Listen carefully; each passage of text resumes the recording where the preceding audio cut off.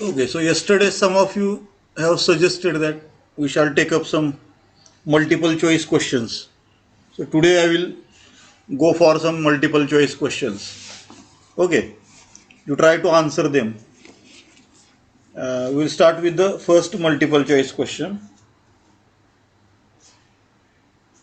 You just try to write down these multiple choice questions in your notebook. The first question is,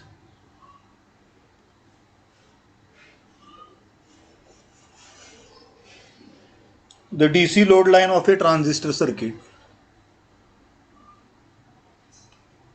The DC load line of a transistor circuit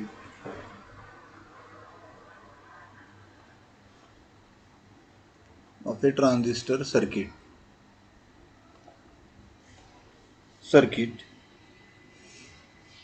dash a graph between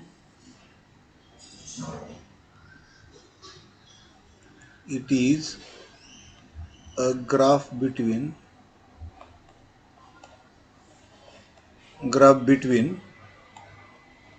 IC and VCE. This is the first choice. Second choice, it is a graph between IC and IB. Second choice. Third choice is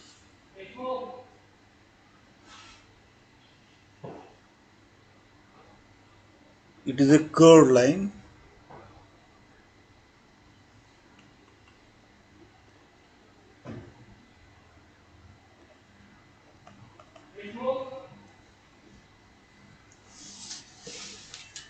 एक minute.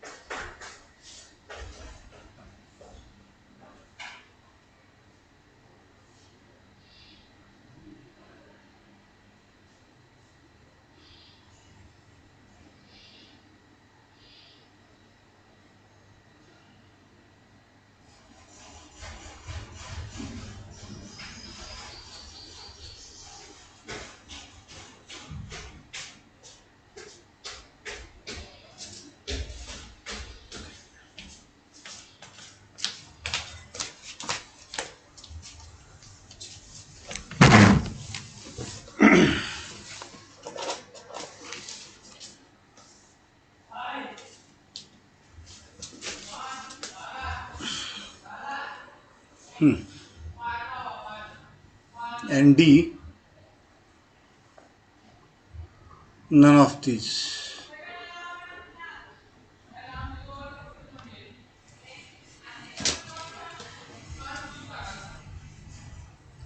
Okay. So four choices are given. You have to tell the correct one. यापैकी कुठला choice correct आहे ते सांगा.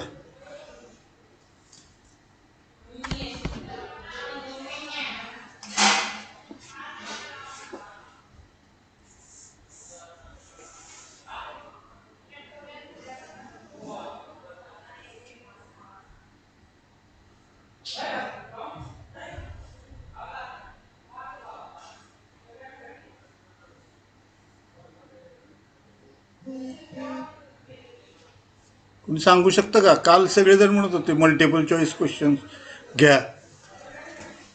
आता multiple choice घेतलं ना आपण, आता करेक्ट उत्तर सांगावं लागेल ना ह्याच्यात कुठलं करेक्ट आहे ते. तुमचं शिकवलेलं कळालं असेल तर सांगू शकता ना तुम्ही सहज. चारी वाचा व्यवस्थित.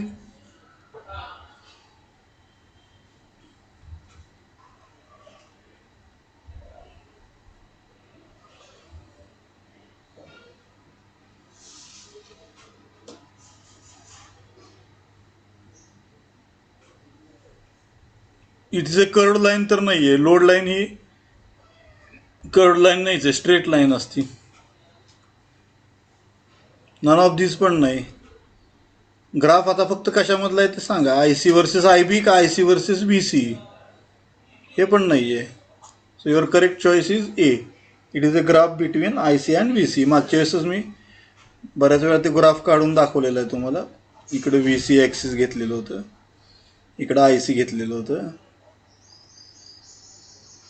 आणि याच्यावरनं असं लोड लाईन काढलेली होती आपण. करेक्ट. आणि operating point at the centre, इथं क्यू पॉईंट म्हटलेलं होतं. So it is a graph between IC and VC. That is, you have to remember. Second question.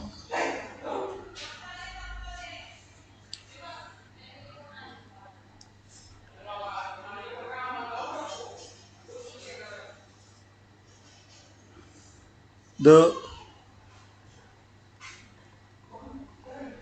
positive part in the output signal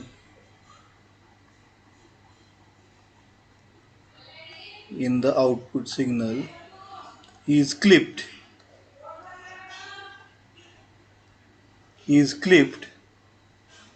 if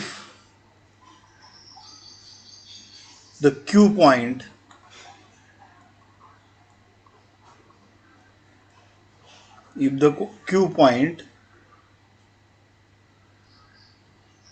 shifts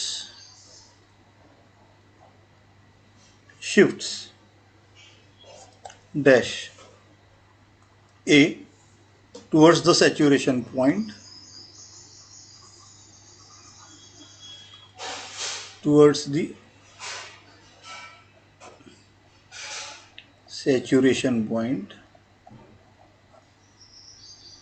B towards the cutoff point,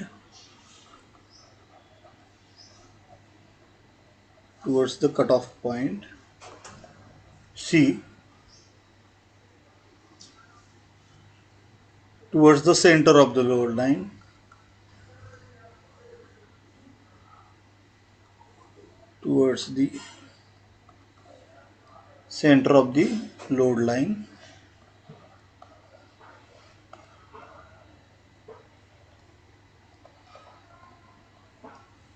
and D all of these. No, sorry, none of these.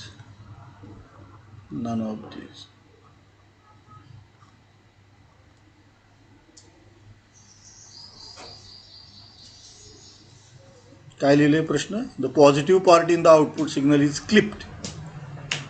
Positive signal clip कधी होतो? Operating point कुठं सरकल्यावर positive signal clip होतो, आणि operating point कुठं सरकल्यावर negative wave clip होती. मागच्या वेळेस मी तुम्हाला उदाहरण दिलेलं होतं की असा वेव्हफॉर्म तुम्हाला कधी कधी मिळतो. खालची निगेटिव्ह वेव्ह पूर्ण मिळते, परंतु पॉझिटिव्ह वेव्ह ही क्लिप होऊन जाते. या लेवलला क्लिप झालेली wave. So this type of signal you get whenever. आता आपल्याला माहिती आहे, ज्यावेळेस आपण क्यू पॉईंट, ऑपरेटिंग पॉईंट हा सेंटरला इथं, हा जर मी इकडे शिफ्ट केला या बाजूला, तर आय सी वाढतो. बरोबर आहे का? बरोबर आहे. तर आय सी तुमचा क्लिपिंग होतो. आय सी पॉझिटिव्ह सायकलला, आय सी जर क्लिपिंग झाला पॉझिटिव्ह सायकलला, तर आपल्याला माहिती आहे आय सी आणि व्ही सी म्हणजेच output, they are out of phase with each other. I C जास्त असेल तर व्ही सी कमी असेल, आय सी कमी असेल तर व्ही सी जास्त असेल. तर आय सीची जर पॉझिटिव्ह हाफ सायकल क्लिप होत असेल, तर व्ही सीची म्हणजे आउटपुटची निगेटिव्ह हाफ सायकल क्लिप होते. व्ही सी आणि आय सी एकमेकाला अपोजिट आहेत, कारण आपण नॉर्मली हे इक्वेशन लिहिलेलं आहे. V C C is equal to I C into R C, I C into R C plus V C, असं इक्वेशन लिहिलेलं होतं आपण. करेक्ट. तर या इक्वेशनवरनं काय सांगते की व्ही सी सी तर हा तर कॉन्स्टंटच आहे. 10 व्होल्ट समजा 12 व्होल्टचा सप्लाय आपण वापरला, हे तर फिक्सच आहे. मग हे जर वाढलं आर सी पण कॉन्स्टंट आहे, बरोबर. आर सी हा रेजिस्टन्स आहे, तो कॉन्स्टंटली जोडलेला आहे आपण. तर हा जो प्रॉडक्ट आहे I C into R C हा वाढेल कशामुळं? आय सी जर वाढला तर. आय सी जर वाढला तर काय होणार? व्ही सी कमी व्हावंच लागेल व्ही सीला, कारण दोघांची addition equal to V C C. जर I C R C product वाढत असेल तर व्ही सी कमी होतो, बरोबर आहे का? जर आय सी आर सी कमी होत असेल तर व्ही सी वाढतो, म्हणजे आउट ऑफ फेज आहेत दोन्ही. म्हणजे आय सी वाढायला लागला की आपण व्ही सी कमी व्हायला झालेलं दाखवतो, म्हणजे निगेटिव्ह ऑफ सायकल. आणि आय सी कमी व्हायला लागला म्हणजे व्ही सी वाढायला लागलेलं दाखवतो, दे are out of phase. That's why आपल्याला माहिती आय सीची क्लिपिंग जी आहे ती पॉझिटिव्ह ऑफ सायकलला होती जर तुमचा सॅच्युरेशन पॉईंट इकडे गेला तर, बरोबर आहे का? So positive part in the output signal is clip if the operating point shifts. आता ह्याचं उत्तर सांगा मला. आता इफ आय सी जर पॉझिटिव्ह हाफला क्लिप होत असेल तर व्ही सी निगेटिव्ह हाफला क्लिप होणार, करेक्ट. या उलट आता जर ऑपरेटिंग पॉईंट इकडे शिफ्ट झाला, या बाजूला शिफ्ट झाला, म्हणजे आय सी कमी झाला. आय सी कमी झाला याचा अर्थ व्ही सी वाढला, म्हणजे व्ही सीची पॉझिटिव्ह हाफ सायकल आहे. ठीक आहे. जर आपल्याला पॉझिटिव्ह हाफ सायकलला क्लिपिंग मिळत असेल आउटपुटला सांगतोय, आउटपुट व्होल्टेज म्हणजे व्ही सीला, याचा अर्थ ऑपरेटिंग पॉईंट कुठे शिफ्ट झालेला आहे? कट ऑफ साईडला शिफ्ट झालेला आहे. कारण आपल्याला प्रश्न काय दिला आहे? The positive part in the output signal is clip. Positive part in the output signal म्हणजे व्ही सी. व्ही सी कधी पॉझिटिव्हला क्लिप होतं? ज्यावेळेस आय सी कमी कमी होत जातो, निगेटिव्ह आय सीची निगेटिव्ह हाफ सायकल असते. म्हणजेच क्यू पॉईंट, ऑपरेटिंग पॉईंट हा कट ऑफ लाईनकडं सरकलेला असतो. कट ऑफ लाईन म्हणजे ही लाईन आणि सॅच्युरेशन म्हणजे ही लाईन, त्याला सॅच्युरेशन म्हणतो. हे सगळं आपण एक्सप्लेन केलेलं आहे. परंतु हे काल जे तुम्हाला म्हणत होतो मी की हे कळण्यासाठी, ह्याचं उत्तर करेक्ट काढण्यासाठी तुम्हाला ह्या सगळ्या थिअरी माहीत पाहिजे ना अगोदर. तुम्ही थिअरी न वाचता नुसतं काय तिथं सोडवणार आहे तुम्ही? दाखवा मला सोडून, एक तरी प्रश्न येते का सांगा तुम्हाला सोडवता. नाही येणार सोडवता तुम्हाला तयारी करावी लागेल ना, वाचावं लागेल. ऑपरेटिंग पॉईंट म्हणजे काय, त्या कॅरेक्टरिस्टिक्स कशा आहेत, ऑपरेटिंग पॉईंट इकडे शिफ्ट झाल्यावर काय होतं, खाली शिफ्ट झाल्यावर काय होतं, हे सगळं व्यवस्थित स्टडी करावं लागेल. स्टडी केल्यावर मग ह्याचं उत्तर तुम्ही आता देऊ शकता, बरोबर आहे का? तर operating point shifts towards the cut off, हे करेक्ट उत्तर आहे. ऑपरेटिंग पॉईंट खाली शिफ्ट झाला म्हणजे कट ऑफ साईडला चालला तरच पॉझिटिव्ह हाफ क्लिप होईल. जर ऑपरेटिंग पॉईंट सॅच्युरेशनकडे शिफ्ट झाला, वर शिफ्ट झाला, तर निगेटिव्ह हाफला क्लिपिंग होईल, निगेटिव्ह हाफला क्लिपिंग होईल. येतं लक्षात? तर हे लक्षात ठेवायचं. ऑपरेटिंग पॉईंट सॅच्युरेशनकडे चालला तर निगेटिव्ह हाफ क्लिप होईल, ऑपरेटिंग पॉईंट कट ऑफकडे चालला तर पॉझिटिव्ह हाफ सायकलला क्लिपिंग होईल. So that you should know. So I have given you the correct explanation for that. Number 3, the voltage divider biasing circuit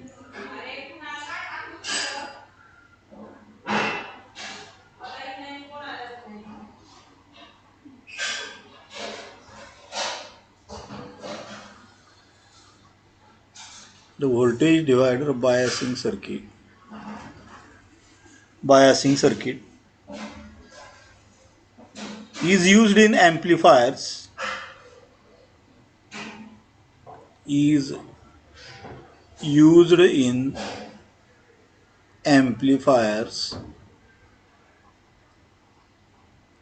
because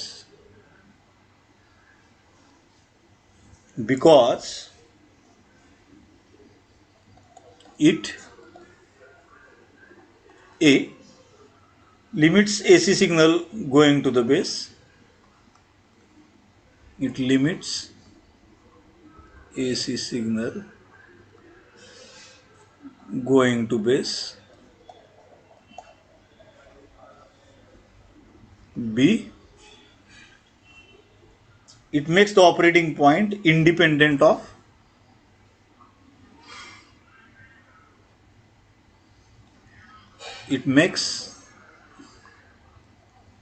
operating point independent of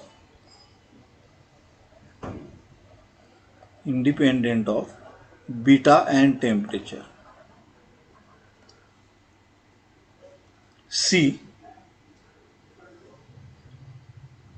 reduces DC base current.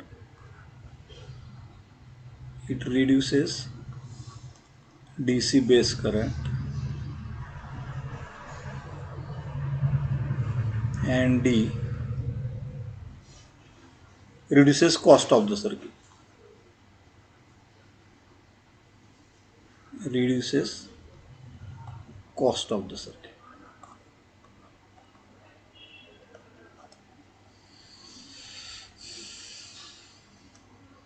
आता याच्यापैकी कुठलं correct उत्तर आहे ते सांगायचं. Voltage divider आपण बघितलं. Voltage divider biasing circuit आपल्याला माहिती, कुठलंही बायसिंग सर्किट जे आहे ते कशासाठी वापरले आपण बायसिंग सर्किट, तर स्टॅबिलायझेशनसाठी वापरलेलं आहे. स्टॅबिलायझेशनचा अर्थ काय? स्टॅबिलायझेशनचा अर्थ ऑपरेटिंग पॉईंटला स्थिर ठेवायचं at the centre of the load line. Load लाईनच्या सेंटरला ठेवायचं ऑपरेटिंग पॉईंटला. बरोबर आहे. मग ऑपरेटिंग पॉईंट शिफ्ट कशामुळे होतं? ऑपरेटिंग पॉईंट दोन कारणामुळे शिफ्ट होतो. एक, change in the beta value, that is current gain of the transistor. जर आपण पहिला ट्रान्झिस्टर काढून टाकला आणि त्या ठिकाणी दुसरा ट्रान्झिस्टर जर टाकला, नवीन ट्रान्झिस्टर दुसऱ्याच नंबरचा, तर पहिल्या नंबरच्या ट्रान्झिस्टरचा गेन वेगळा असू शकतो, 50-100 असू शकतो. आणि दुसरा जो तुम्ही रिप्लेस केला आहे ट्रान्झिस्टर, त्याचा करंट गेन 200-250 असू शकतो. म्हणजे एकदम करंट गेन जर बदलला तर तुमचा ऑपरेटिंग पॉईंट शिफ्ट होण्याची भीती आहे त्यामध्ये. तर ऑपरेटिंग पॉईंट आपल्याला तर स्थिर ठेवायचं एकाच जागी at the centre of the load line. किंवा काल मी सांगितल्याप्रमाणे टेम्परेचर, ICBO म्हणजेच ICBO हा लिकेज करंट आहे. लिकेज करंट हा टेम्परेचर डिपेंडेंट आहे. टेम्परेचर वाढले की लिकेज करंट वाढतो, टेम्परेचर कमी झाले की लिकेज करंट कमी होतो. त्याच्यामुळं टेम्परेचर जर कमी जास्त झालं तर तुमचा लिकेज करंट कमी जास्त होतो, आणि लिकेज करंट कमी जास्त झाला तर ICच्या व्हॅल्यूवर तो अफेक्ट करतो. कारण ICच्या फॉर्म्युल्यामध्ये हा लिकेज करंट येतो. मागच्या वेळेस मी काल बऱ्याच वेळा लिहिलेलं आहे equation. IC is equal to beta times IB plus beta plus 1 ICBO. हे जर वाढलं तर हे वाढणारच ना, साहजिक आहे. तर टेम्परेचरमुळं IC चेंज होतो. म्हणजे आपल्याला काय अचीव करायचं आहे की टेम्परेचरमुळं सुद्धा IC चेंज नाही झाला पाहिजे, IC तिथंच राहायला पाहिजे जागेवर. आणि बीटा जरी चेंज केला तरी IC तिथंच राहायला पाहिजे. आता इथं दिसतंय आपल्याला या इक्वेशनमध्ये बीटाची व्हॅल्यू पण आहे आणि IBची व्हॅल्यू पण आहे. करेक्ट. तर बीटा कशामुळे चेंज होतो मी आत्ता सांगितलं. ट्रान्झिस्टर टाईप, एक पहिला ट्रान्झिस्टर काढून टाकला आणि त्या ठिकाणी नवीन दुसरा ट्रान्झिस्टर टाकला मी, तर दोन्ही ट्रान्झिस्टरचा बीटा वेगवेगळा असू शकतो. दोन्ही ट्रान्झिस्टरचा करंट गेन जो आहे, कॉमन इमिटर करंट गेन, तो वेगवेगळा असू शकतो. आणि त्यामुळं बीटा जर बदलला तर इथं दिसतंय आपल्याला इक्वेशनमध्ये की बीटा जर बदलला तर ICची व्हॅल्यू डायरेक्ट अफेक्ट होणार आहे त्याच्यामुळं. पण आपल्याला काय पाहिजे, IC हा स्टेबल राहायला पाहिजे. IC हा स्टेबल राहायला पाहिजे. करेक्ट. त्यासाठी आपण बायसिंग मेथड्स वेगवेगळ्या वापरल्या. त्याच्यामध्ये fix bias method, emitter bias method आणि व्होल्टेज डिवायडर बायस मेथड. त्यातली बेस्ट मेथड आपण जी बघितली ती व्होल्टेज डिवायडर बायसिंग मेथड आहे किंवा बायसिंग सर्किट आहे. तर हे काय करते, पहिला चॉईस बघा, limits AC signal going to base, हा चुकीचा आहे. It makes operating point independent of beta and temperature, हे करेक्ट आलं. त्याच्यावर बीटाचा इफेक्ट होणार नाही ऑपरेटिंग पॉईंटवर आणि टेम्परेचरचा पण इफेक्ट होणार नाही. अशा प्रकारचे काम तुमचं biasing circuit, voltage divider biasing circuit करते. रिड्युसेस DC बेस करंट, हे पण चुकीचं आहे. Reduces cost of the circuit, हे पण चुकीचं आहे. यातलं करेक्ट उत्तर जे आहे it makes the operating point independent of beta and temperature. हे तर हे असं रिझनिंग तुम्हाला देता आलं पाहिजे. हे रिझनिंग माहीत असेल तर ते तुम्हाला चॉईस कुठला करेक्ट आहे ते कळेल, नाहीतर नाही कळणार. Okay, next.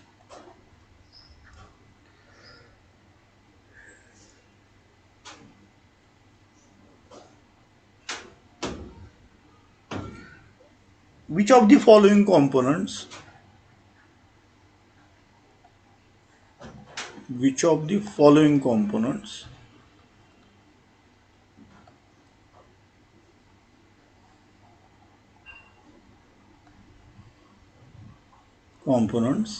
are used in the biasing circuit?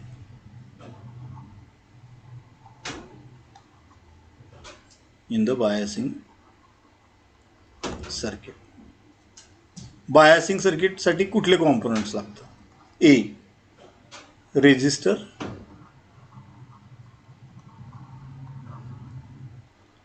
B, rectifier diodes.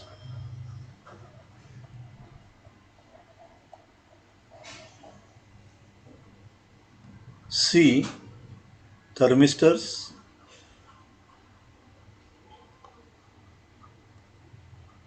and D, both B and C.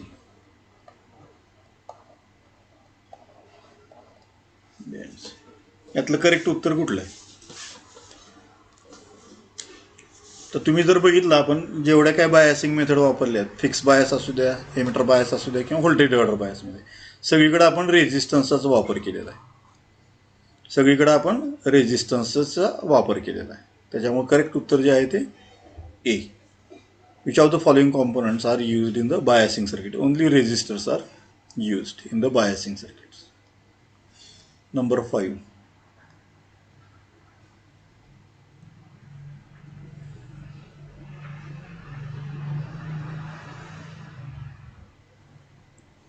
Which of the following condition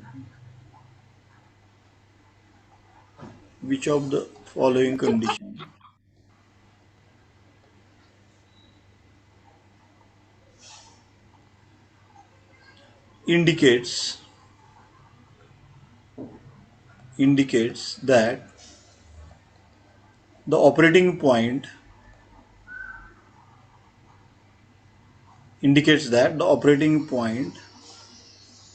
is at the center of the load line?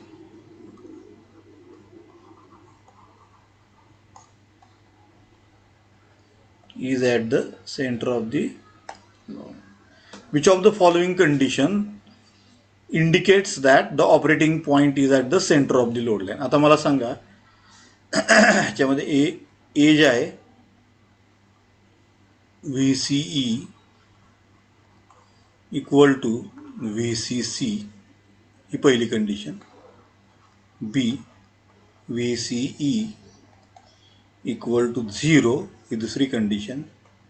C, VCE is equal to 1/2 VCC and VCE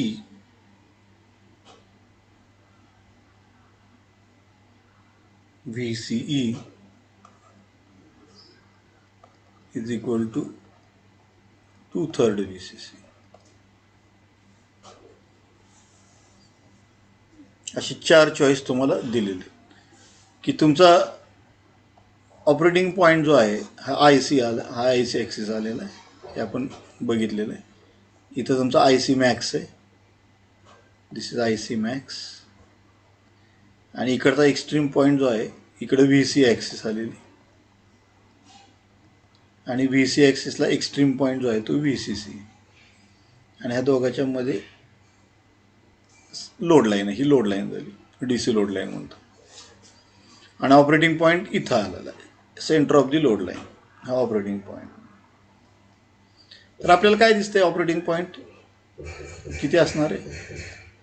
साहजिकच आहे, हे VCC operating point जर load लाईनच्या सेंटरला येत असेल तर हा पॉईंट निश्चित VCC/2 असणार, निश्चितपणे VCC/2 असणार. त्याच्यामुळे करेक्ट उत्तर कुठलं असणार आहे? V C equal to 1/2 V C C, हे तुमचं करेक्ट उत्तर असतं. येतं लक्षात. So that is the 5th question. Next question.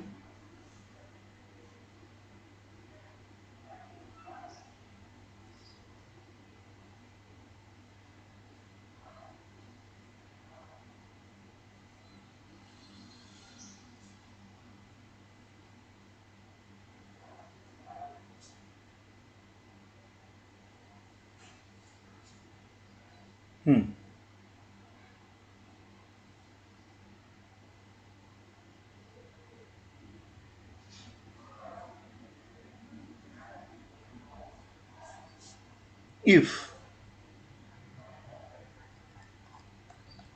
in a fixed bias method, if in a fixed bias method,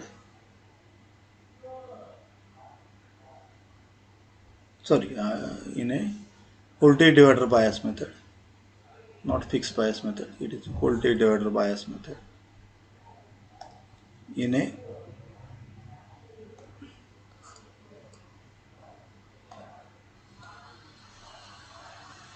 voltage divider bias method,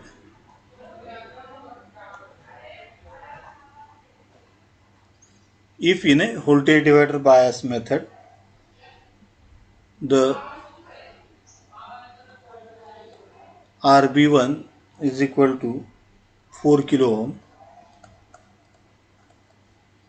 RB2 is equal to 4 kilo ohm,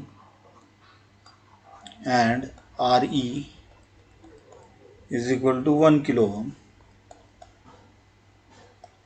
then the stability factor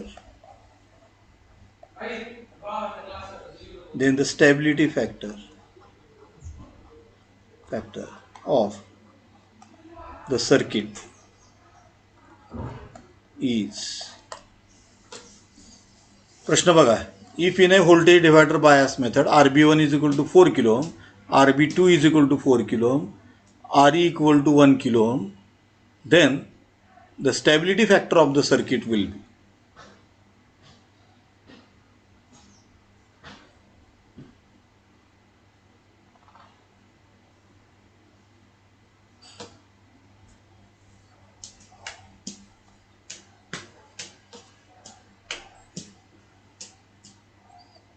इथे एक राहिला अजून.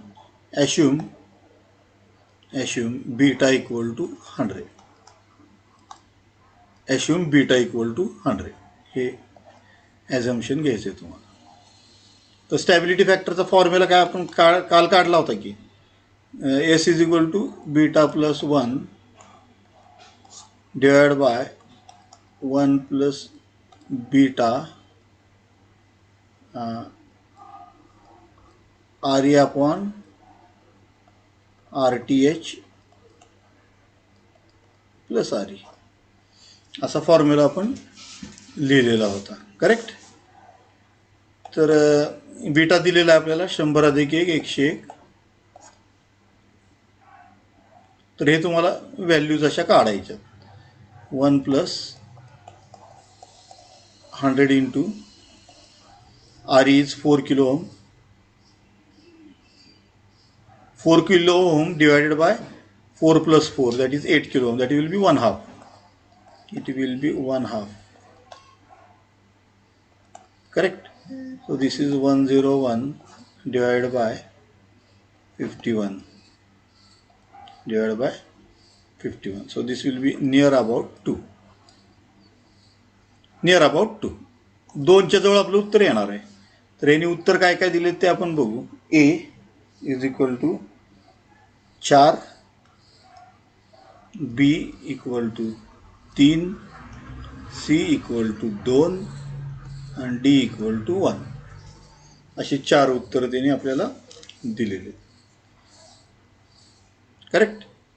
Then the stability factor of the circuit is, naturally आपलं उत्तर जे आलेलं आहे ते 2 आलेलं आहे. येते का लक्षात.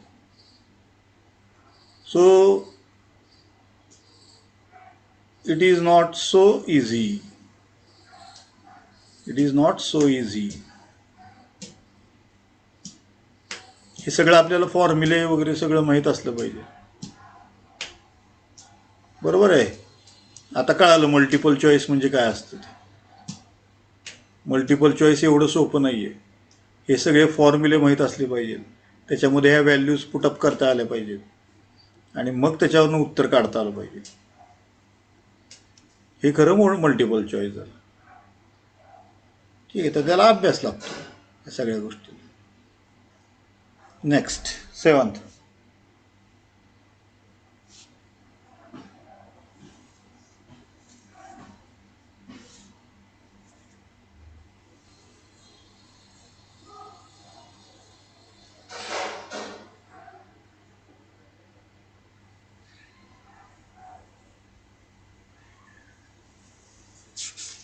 Okay, so they were given so many questions, no problem.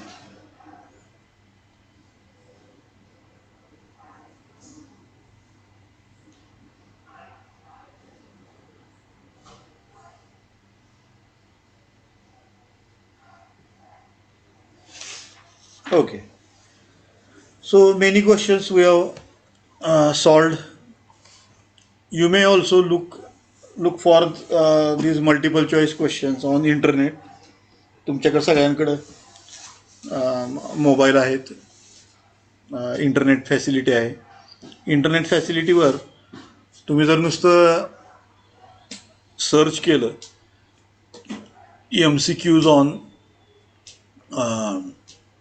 Transistor stabilisation circuits, MCQs on transistor stabilisation circuits.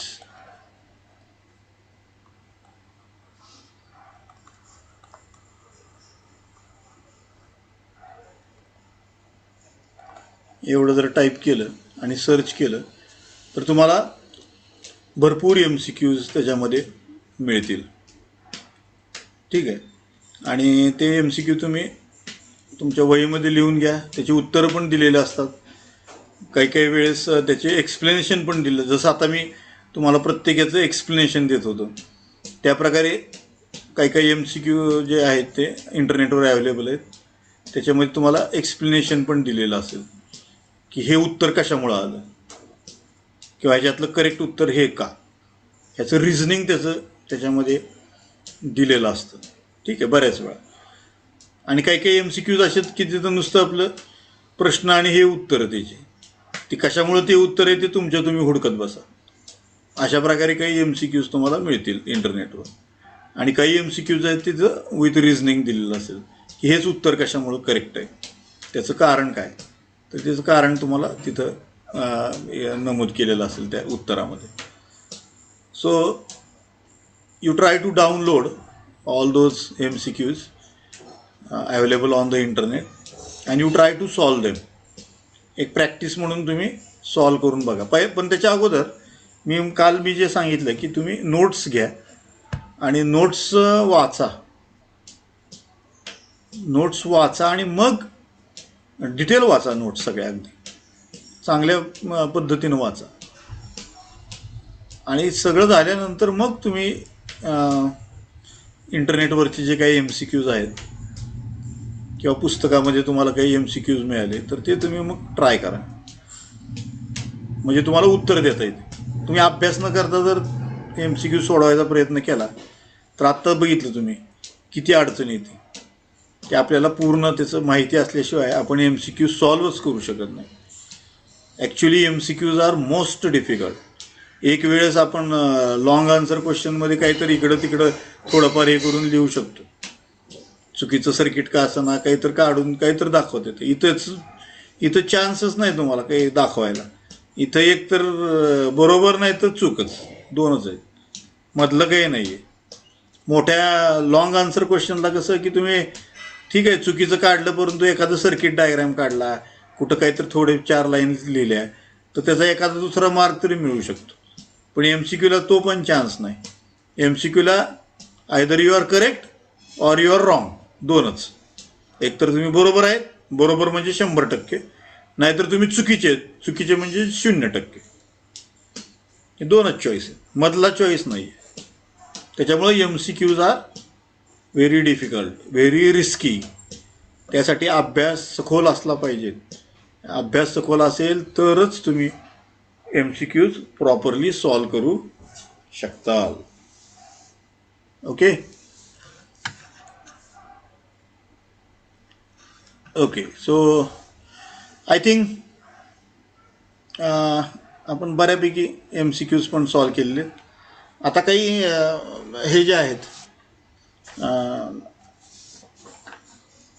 Examples जे आहेत ते आपण सॉल्व करू. एखादा सर्किट डायग्राम दिलेला आहे तुम्हाला, व्होल्टेज डिव्हायडर बायस नेटवर्क दिलेलं आहे.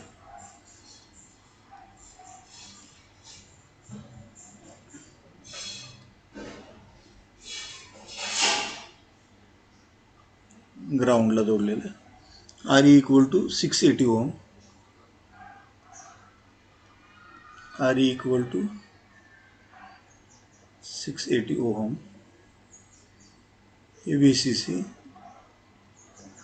VCC = 9 volt. तिथून एक रेजिस्टन्स आहे RC = 1 kilo Om. This is given.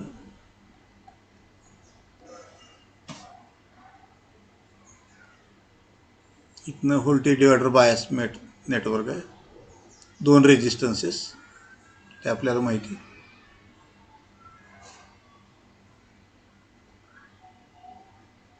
हे बेसला जोडलेलं आहे. This is RB1 and this is RB2. Correct. This is 33 kilo ohm, 33 kilo ohm and 15 kilo ohm.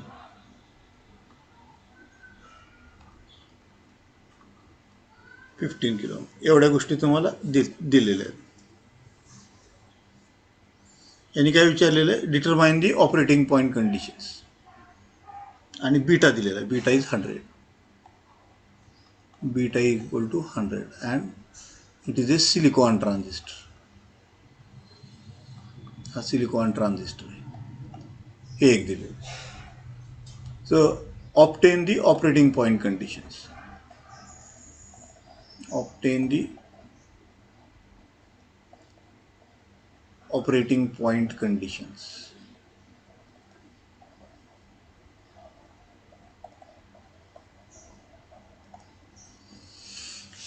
मला सांगा, ऑपरेटिंग पॉईंटचा अर्थ आपल्याला माहिती. This is IC, this is VCE, this is the load line. ही लोड लाईन आहे. This is the centre of the load line. ह्याला आपण Q पॉईंट म्हणजे ऑपरेटिंग पॉईंट म्हणतो. आता या पॉईंटचे कोऑर्डिनेट्स काय येणार आहे, ICQ आणि VCEQ. या पॉईंटला आपण ICQ म्हणणार, आणि हा जो पॉईंट आहे ह्याला आपण VCEQ म्हणणार. Okay. This is for a particular value of IB. हे कुठलं, IBच्या एका पर्टिक्युलर व्हॅल्यूला. तर आपल्याला 3 गोष्टी काढायच्या, IB, ICQ अँड VCEQ. या 3 गोष्टी काढणं म्हणजेच ऑपरेटिंग पॉईंटचे कंडिशन्स किंवा कोऑर्डिनेट्स काढणं, असा अर्थ त्याचा झाला. ठीक आहे. So will try to determine that.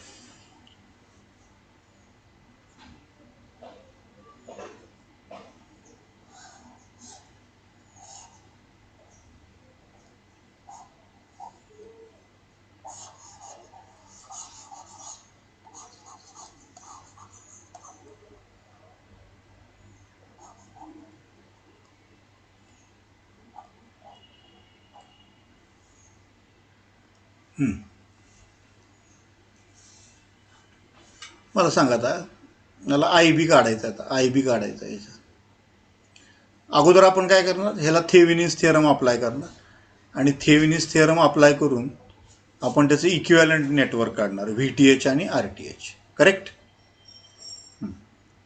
तर VTHचा मी काल फॉर्म्युला सांगितला होता तुम्हाला. VTH is equal to RB2 upon RB1 plus RB2 into VCC. हा फॉर्म्युला आहे. हा VTHचा फॉर्म्युला. VTHची व्हॅल्यू किती येईल? RB2 आहे 15K आणि RB1 प्लस RB2 म्हणजे 33 अधिक 15K, 33K अधिक 15K गुणिले VCC आहे 9 व्होल्ट. 9 तर हे किती येते? 15×9 = 135K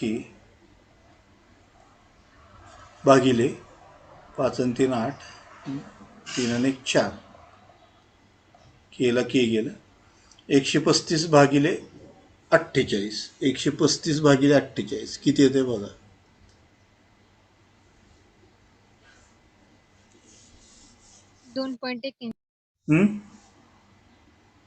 किती?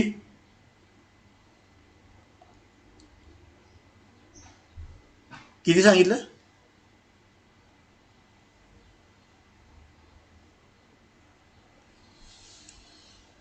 2.81.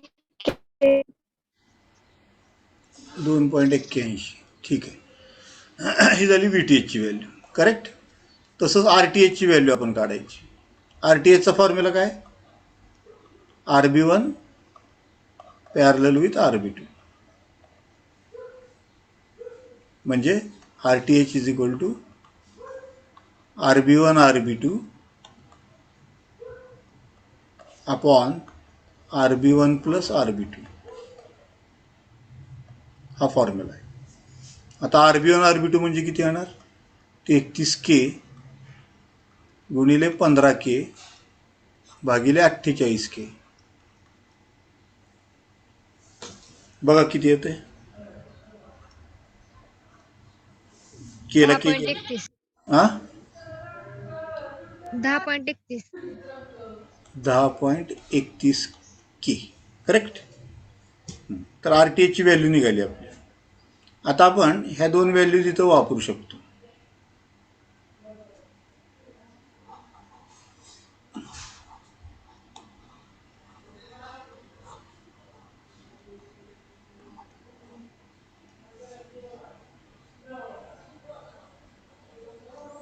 This is RTH and this is VTH.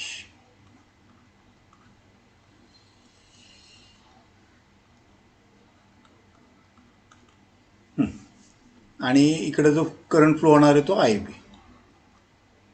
Correct. तर आपल्याला दोन व्हॅल्यूज मिळालेल्या आहेत. हे आहे 2.81 आणि हे आहे 10.31K. आता इथनं आपण किर्चॉफ्स व्होल्टेज लॉ अप्लाय करू इनपुट लूपला. Correct.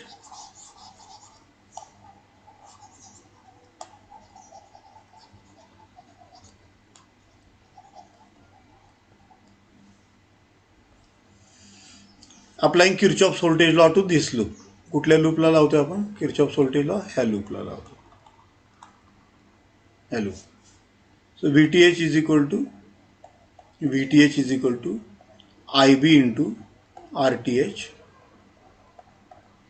Plus VBE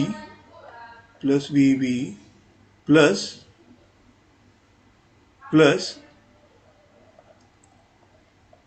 IE into RE. Correct. परंतु आपल्याला माहिती I म्हणजेच IB प्लस IC. हे फॉर्म्युला आपल्याला माहिती. Therefore VTH is equal to IB into RTH plus VBE plus I म्हणजे IB प्लस IC. त्याला सेपरेट आउट केलं मी. So IB into RE plus IC into RE. Correct. आता हे IB एकत्र करू आपण. So VTH is equal to IB into in bracket RTH plus RE, correct, plus VB plus IC into RE, IC into RE. त्याच्यावरून आपण IB ची value काढू शकतो. देअरफॉर IB इक्वल टू, हे फॉर्म्युला आपल्याला माहीत असले पाहिजे किंवा आपण सहज लिहू शकतो. फक्त मेथड आपल्याला लक्षात असेल तर सहजपणे आपण काढू शकतो या सगळ्या गोष्टी. Therefore IB is equal to काय येणार, VTH minus VB minus IC into RE, IC into RE whole divided by RTH plus RE, RTH plus RE, correct. हां, तर आपल्याला VTH माहिती, VB माहिती, कारण सिलिकॉन ट्रान्झिस्टर दिलेलं आहे. सिलिकॉन ट्रान्झिस्टर म्हटले की आपल्याला माहिती 0.6 volt cut in voltage VB. RE माहिती आपल्याला. आता फक्त राहायला प्रश्न RTH माहिती, RE माहिती, फक्त राहायला प्रश्न ICचा. परंतु ICचा फॉर्म्युला आपल्याला माहिती, IC is nearly equal to IB into beta और बीटा इंटू IB, करेक्ट. हा एक फॉर्म्युला आहे. आणि दुसरा फॉर्म्युला आपण याच्यावरनं पण काढू शकतो. याच्यावरनं सुद्धा आपण दुसरा फॉर्म्युला काढू शकतो. ठीक आहे.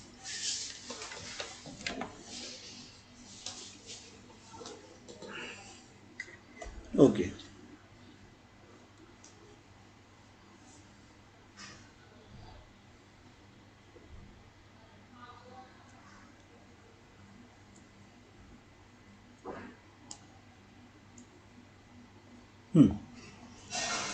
सॉरी, इथे एक राहिलं माझं. हा जो फॉर्म्युला आहे,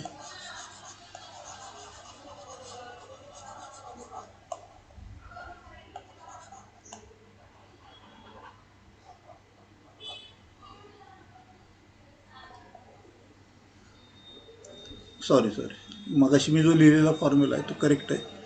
VTH is equal to IB into RTH, IB into RTH plus VBE, correct, plus VBE plus I into RE, plus I into RE, correct. हाच मी हे केलं, IB into RTH plus VBE plus in bracket I म्हणजेच IB plus IC, IB plus IC into RE. परंतु आपल्याला ICचा formula माहिती, IC is nothing but beta into IB. तर IC मी बीटा IB लिहिलं तरी चालू शकतं. ओके, ते लिहितो मी, IC is equal to beta times IB. याच फॉर्म्युल्यामध्ये टाकतो. म्हणजे इथं जी ICची व्हॅल्यू आहे त्याला बीटा टाइम्स IB करतो. So VTH is equal to IB into RTH, IB into RTH plus VBE plus VBE plus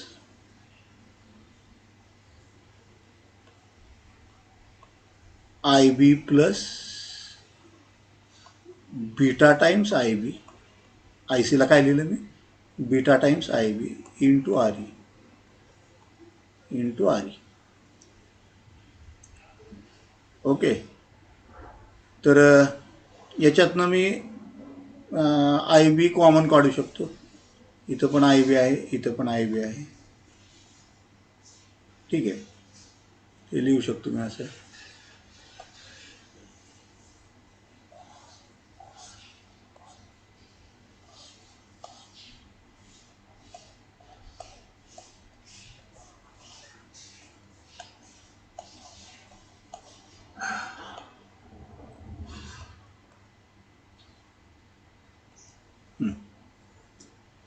तर VTH is equal to IB into RTH,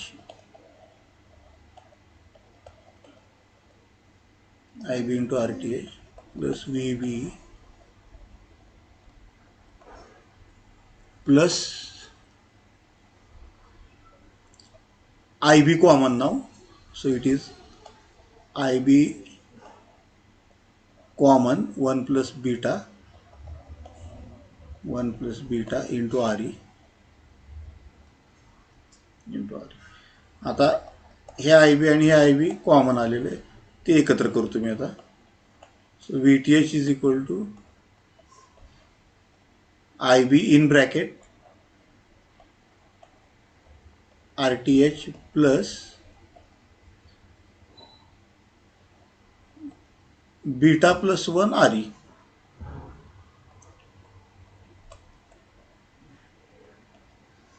beta plus 1 RE. IB common घेतलं याच्यातलं, फक्त RTH राहिलं आणि 1 plus beta into RE एवढं एक राहिलं. Correct. Plus VB आहेच आहे त्यात, प्लस VB. हे तुम्ही आता ह्याच्यामध्ये लिहू शकता.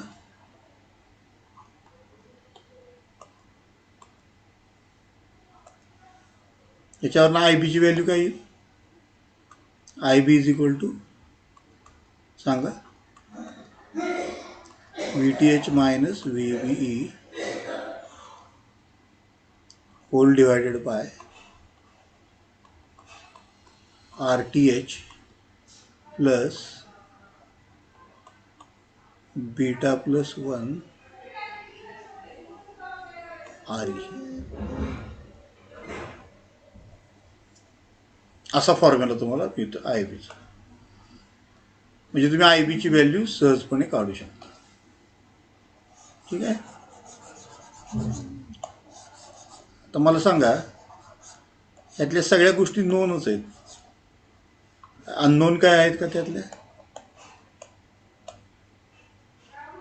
या फॉर्म्युल्यामध्ये VTH नोन आहे, माहिती आपल्याला काढले आपण. म्हणजे VBE माहिती, कारण सिलिकॉन ट्रान्झिस्टर आहे 0.6 वोल्ट कट-इन व्होल्टेज, ते आपण गृहीतच धरायचं. सिलिकॉन असेल तर 0.6 वोल्ट, जर्मेनियम असेल तर 0.3 वोल्ट, हे फिक्स झालं. RTH काढला आपण, बीटा माहिती, RE माहिती, IB आपण सहजपणे काढू शकतो. Therefore IB is equal to VTH किती आलं आपलं 2.81 वजा VB किती 0.6 वोल्ट सिलिकॉन ट्रान्झिस्टर असल्यामुळे, प्लस RTH किती आलेला आपला 10.31 K, 10.31 K plus beta plus 1, beta आहे 100, 100 अधिक 1 101, 101 गुणिले RE आले 680 ओहम, 680 ओहम आहे, किलो ओहम नाही, ओहम आहे. म्हणजे हे किती येईल?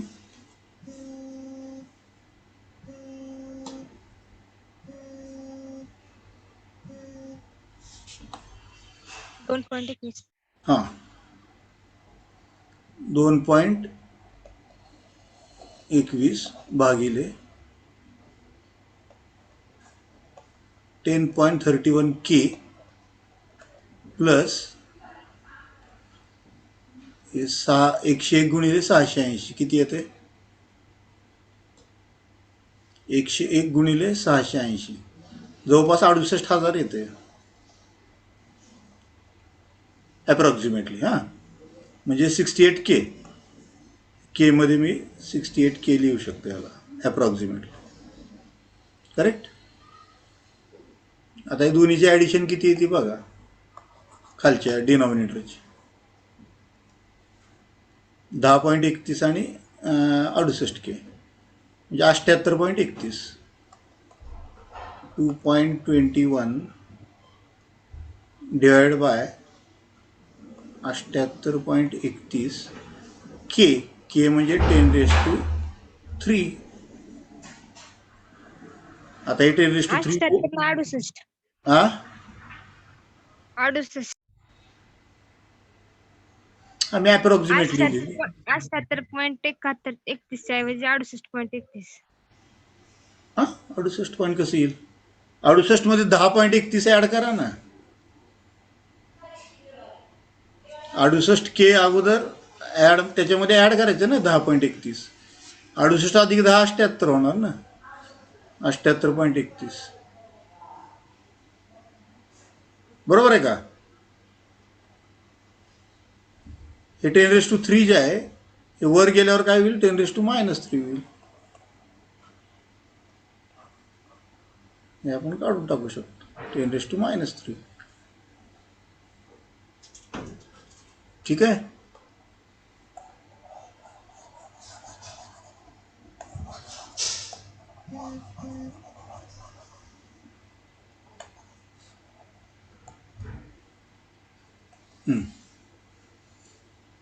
म्हणजे हे काय आलं तुमचं 2.21 डिवाइड बाय 78.31 इंटू 10⁻³ हा झाला करंट तुमचा आय बी. आय बी हा मायक्रो ॲम्पियरमध्ये असतो शक्यतो, मी मागच सांगितलं. हा 10⁻³ म्हणजे मिली ॲम्पियरमध्ये आला. ह्याला जर मला मायक्रो ॲम्पियरमध्ये कन्व्हर्ट करायचं असेल तर मल्टिप्लाइड बाय 10⁻6 करावं लागेल. मग मी इकडे काय लिहू शकतो? इकडं 1000 गुणतो, याला 2210 लिहितो भागिले 78.31 गुणिले 10⁻6 असं लिहू शकतो. करेक्ट? हां, आता ही फिगर किती येते सांगा मला. 2210 भागिले 78.31 ही फिगर किती येते ती सांगा.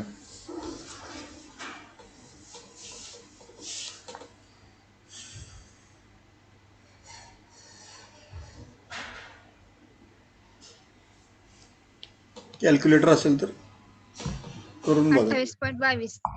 हां 28.22 हे 10⁻6 म्हणजे मी इथं मायक्रो ॲम्पियर लिहितो डायरेक्टली. म्हणजे एवढी तुमची आय बीची व्हॅल्यू आलेली.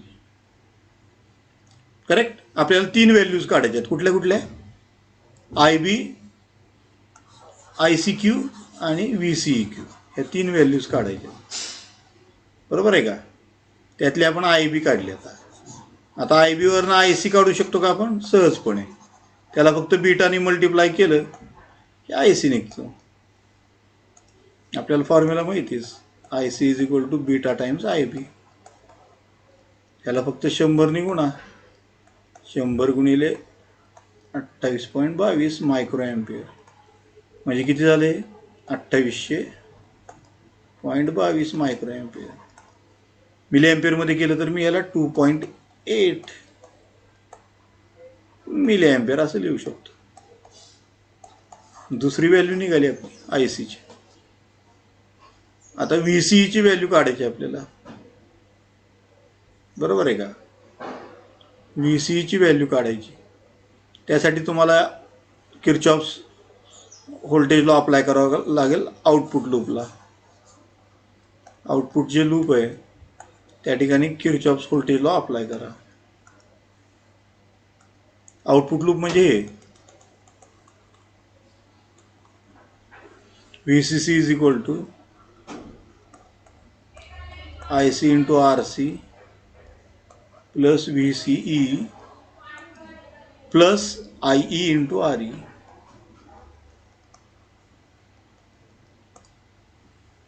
करेक्ट? आय सी माहिती आपल्याला, आर सी माहिती, आई काढू शकतो आपण I B plus I C करून, कारण आय बी माहिती, आय सी माहिती, आर ई माहिती, व्ही सी सी माहिती.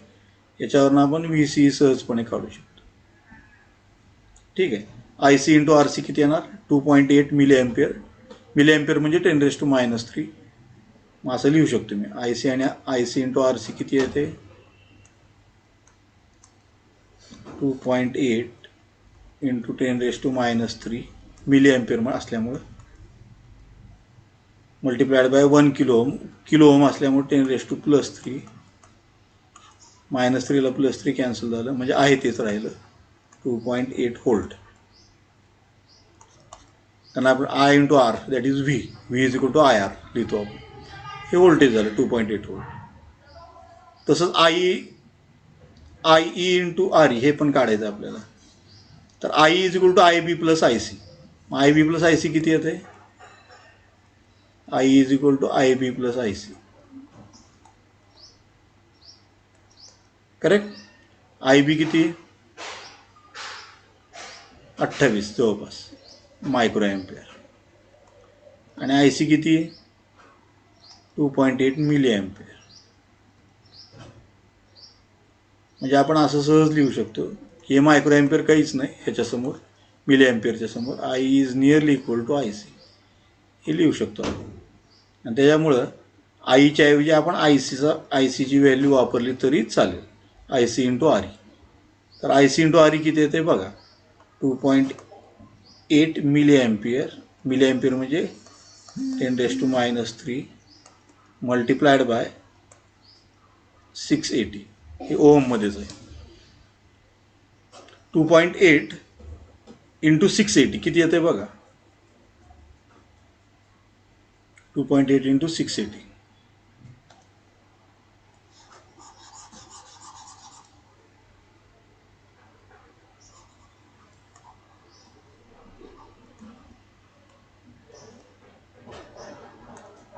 किती येते? 1904. 1904. बरं. इंटू 10⁻³ आहे. हे 3 शून्य इकडे घेतलं तर 1.9 व्होल्ट 90 व्होल्ट येते. करेक्ट. तर आपल्याला I C into R C माहीत झालं आहे, ते किती आले? 2.8 volt. I into R E माहीत झालेलं आहे, ते आलं 1.9 व्होल्ट. त्याच्यावरनं व्ही सी काढू शकतो आपण. व्ही सी म्हणजे किती येणार? व्ही सी सी मायनस हे सगळं. बरोबर आहे का?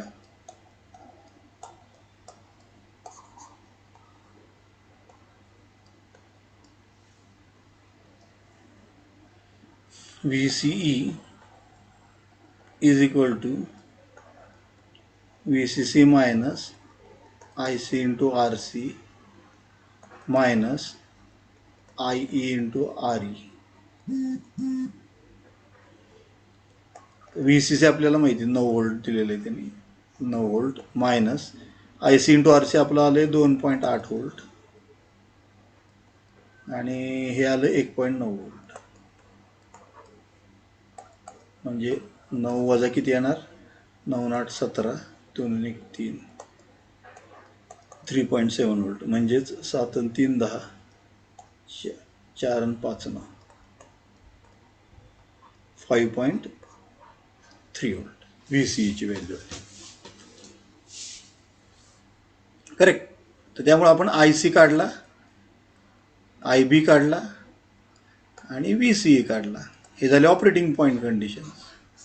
ह्या 3 व्हॅल्यू काढणं म्हणजे ऑपरेटिंग पॉईंट कंडिशन्स काढणे. कसं कॅल्क्युलेशन करायचं मी तुम्हाला सांगितले.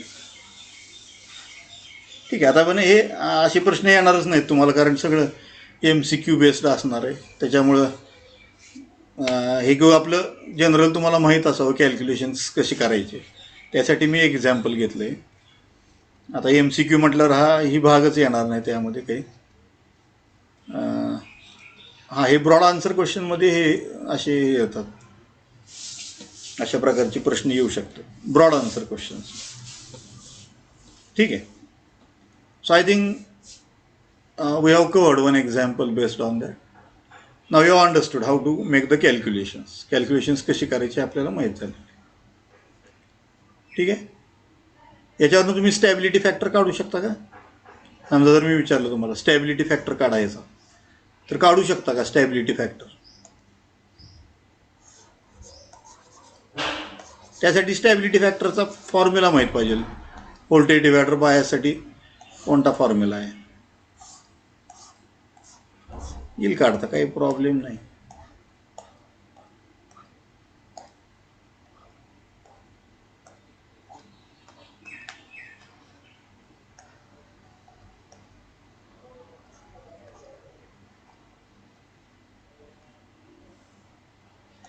स्टॅबिलिटी फॅक्टरचा फॉर्म्युला मगाशीच लिहिला होता मी. S is equal to beta plus 1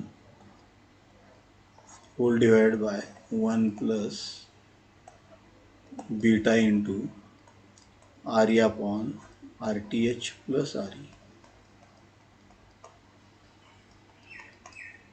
अशा प्रकारचा फॉर्म्युला आहे. तर RE ची व्हॅल्यू माहिती आहे आपल्याला, RTHची व्हॅल्यू माहिती, बीटा माहिती. यस आपण सहजपणे काढू शकतो. बीटा किती दिलेला आहे? 100. म्हणजे 100 अधिक 1 भागिले 1 अधिक, हे पूर्ण ब्रॅकेटमध्ये टाकतो, 100 गुणिले RE किती? 680 ओम, 680 ओम भागिले RTH किती? 10.31 किलो ओम. मगाशी आपण काढलं होतं 10.31 किलो ओम. तर हे 680 ओमच्या ऐवजी 0.68 किलो ओम लिहितो मी, म्हणजेच दोन्ही किलो ओममध्ये येतील. करेक्ट. 680 ओम लिहायच्या ऐवजी 0.680 किलो ओम लिहितो. के. करेक्ट. कारण RTH के मध्ये 10.31 के अधिक RE किती? 0.68 के. के असं लिहू शकतो. ठीक आहे.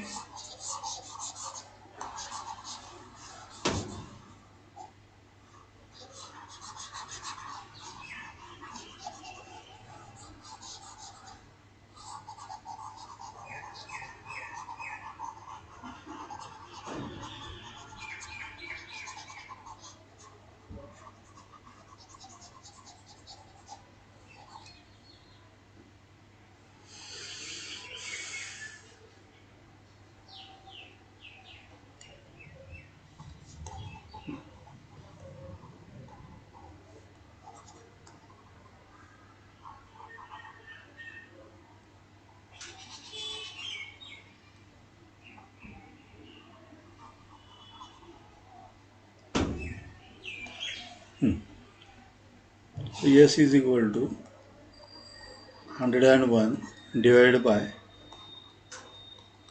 1 plus 100 into 0.68 K divided by 10.31 plus 0.68 किती येते? Plus 0.68 K. हे येते 8 आणि 9 6 3 9 10.99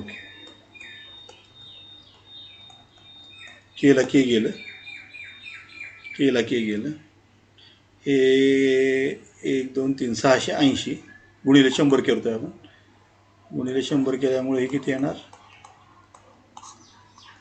1 अधिक 680 भागिले 10.99 म्हणजे 11 धरू आपण. म्हणजे हे किती येणार? 680 भागिले 11 किती येते बघा?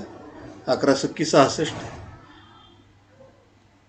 11 दोन्ही 22, अप्रॉक्सिमेटली बरं का. 6.2 येते, म्हणजे 7.2. 101 भागिले 7.2 हे बघा किती येते? 101 भागिले 7.2, 101 डिवाइडेड बाय 7.2.